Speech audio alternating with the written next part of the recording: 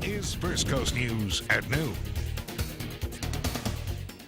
A sea of people waiting, not sure where to go or what to do. As we see new areas devastated by the storm, a world of support is headed to the Gulf Coast. Good afternoon, I'm Kyle Meenan in for Angela Spears. Thanks for being with us today. Our big story at noon, worldwide relief efforts after the storm.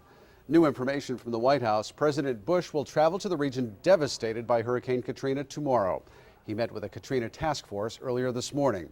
Thousands of refugees who were flooded out of New Orleans are arriving at the Astrodome in Houston at this hour. The dome's schedule has been cleared through December.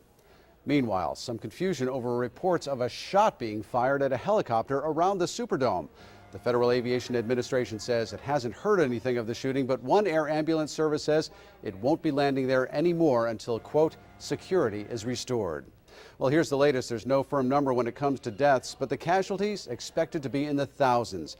Another 10,000 National Guard troops from around the country are headed to the Gulf. We go live now. Good afternoon. This is the kind of debris that rescue crews have to go through from Gulfport. I'm Leanne Gregg. Back to you. All right, thanks, Leanne. Well, medical help is on the way to victims of Katrina from the Naval Air Station Jacksonville. They deployed at dawn, and at this hour, 84 doctors and surgeons, nurses and corpsmen are en route to Pensacola. Beginning tonight, they will be airlifted to the decks of the USS Bataan in the Gulf to provide medical care to victims of Katrina. It was less than 24 hours ago that the call came in, and these men and women and their families have no idea if the deployment will be for days, weeks, or even months. Amazing testimony to our readiness that we were able to do this. 84 people in less than 24 hours. So I'm proud of you guys.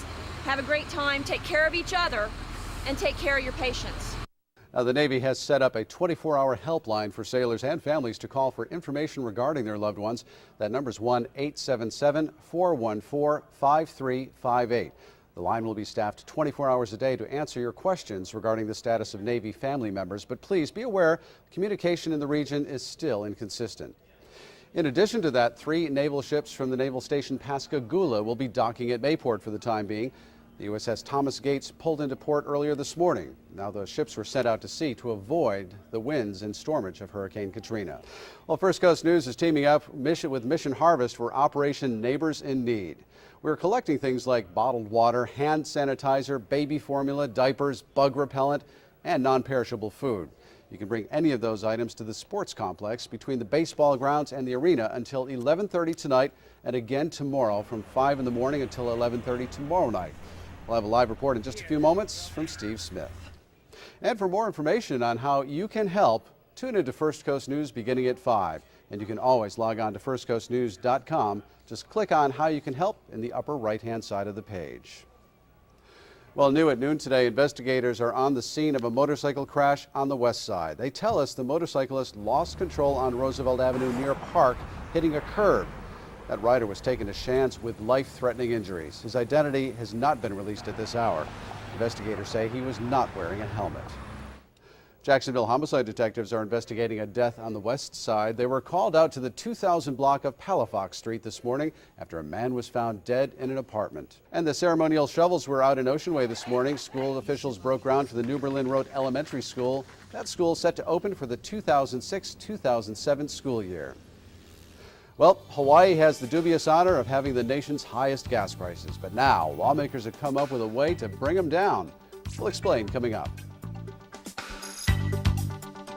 And people here on the First Coast have answered the call. They're coming forward to help our neighbors in need, and it's not too late for you to donate as well. Steve Smith joins us now live from the sports complex. And Steve, a lot of activity out there, and that truck is starting to fill up. Oh man, there's more activity than you can believe. We're right here. We need you. Come on out. All right, Steve, thanks very much. And what a great show of support from the community so far. And again, that's what the First Coast is all about, opening our hearts. All Thank right. you. Well, for more information on how you can help our neighbors in need, just log on to our website, firstcoastnews.com.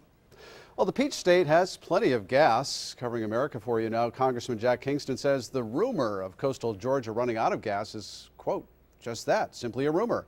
Colonial Oil Industries, the coast's largest supplier of gas, says its supply is at normal levels. However, the prices are expected to continue to rise because of Katrina. Meanwhile, Hawaii has begun enforcing the nation's first cap on wholesale gas prices. Lawmakers say the cap should bring Hawaiian gas prices more in line with the rest of the nation. However, critics say the caps may force one or both of the state's refineries to close, creating gas shortages. And the former mayor of the Big Apple may make a run for the White House. Rudy Giuliani says it's a bit premature for him to decide if a presidential bid is in his future. Giuliani says he'll decide on his candidacy sometime next year. And health officials now bracing themselves for the wave of health problems they believe are going to be coming associated with Katrina. Coming up, find out how experts plan to keep the number of storm-related diseases down. Well, Labor Day weekend is just around the corner. The big question, how's the weather going to hold up? Steve Smith's going to join us now live from the sports complex. And, well, what can we expect, Steve? Everybody's counting on it. Yeah, I know they are. We need the manpower desperately, Kyle. Back to you. Steve, it's just, I have to tell you, this is just inspiring to see what's going on out here. Yes, it is. This is, you know, despite the heat and everything else, people are spending their lunch hours and their off days doing this, and so the help is on the way. All right. Steve, thanks very much.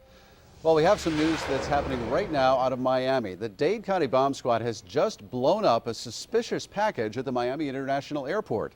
The bag apparently set off an alarm when it went through an explosives detection machine. No word yet on what's believed to have been in that package. Topping Health Watch this afternoon, it's now believed that exposing children to secondhand smoke can cause long-term health problems. A recent study shows children who live with smokers are twice as likely to develop a chronic cough or respiratory problems as adults. But participants who ate more than 7 grams of fruit and soy fiber a day had fewer health effects associated with tobacco exposure. Researchers say the benefits of eating fiber do not outweigh the negative effects of secondhand smoke in our children. And another new study is showing that women are 22% more likely than men to die after bypass surgery. Researchers say it's all because of body size. Smaller bodies, of course, mean smaller coronary arteries, which are more difficult for surgeons to operate on. In other health news, the Food and Drug Administration has approved a new flu vaccine. The vaccine is called Fluarix, and it's for adults 18 and older.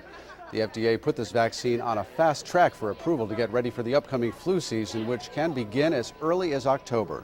And a Utah man has helped save more than a dozen lives after the storm, and he did it all without leaving his basement. He may have even helped save a New Orleans police officer. John Hollenhorst has his story. Rick Kane calls this basement room to read the last page of the book. What a great story, and those ham operators are often invaluable in times just like this. Kane, by the way, says he's uncomfortable taking any credit for saving lives because so many people are involved, but he does want people to know how vital a role amateur radio does play in many disasters. Well, Hollywood is stepping up in a time of tragedy. Coming up, the details on a benefit concert that will help the victims of Hurricane Katrina. And you're looking at a live picture from our Sky.net beach cam. Smooth waves coming in and a little bit overcast skies. We'll have more coming up. Stay with us. All right, let's have one more look at the forecast and head back out to that great scene of love and caring here on the First Coast. Steve?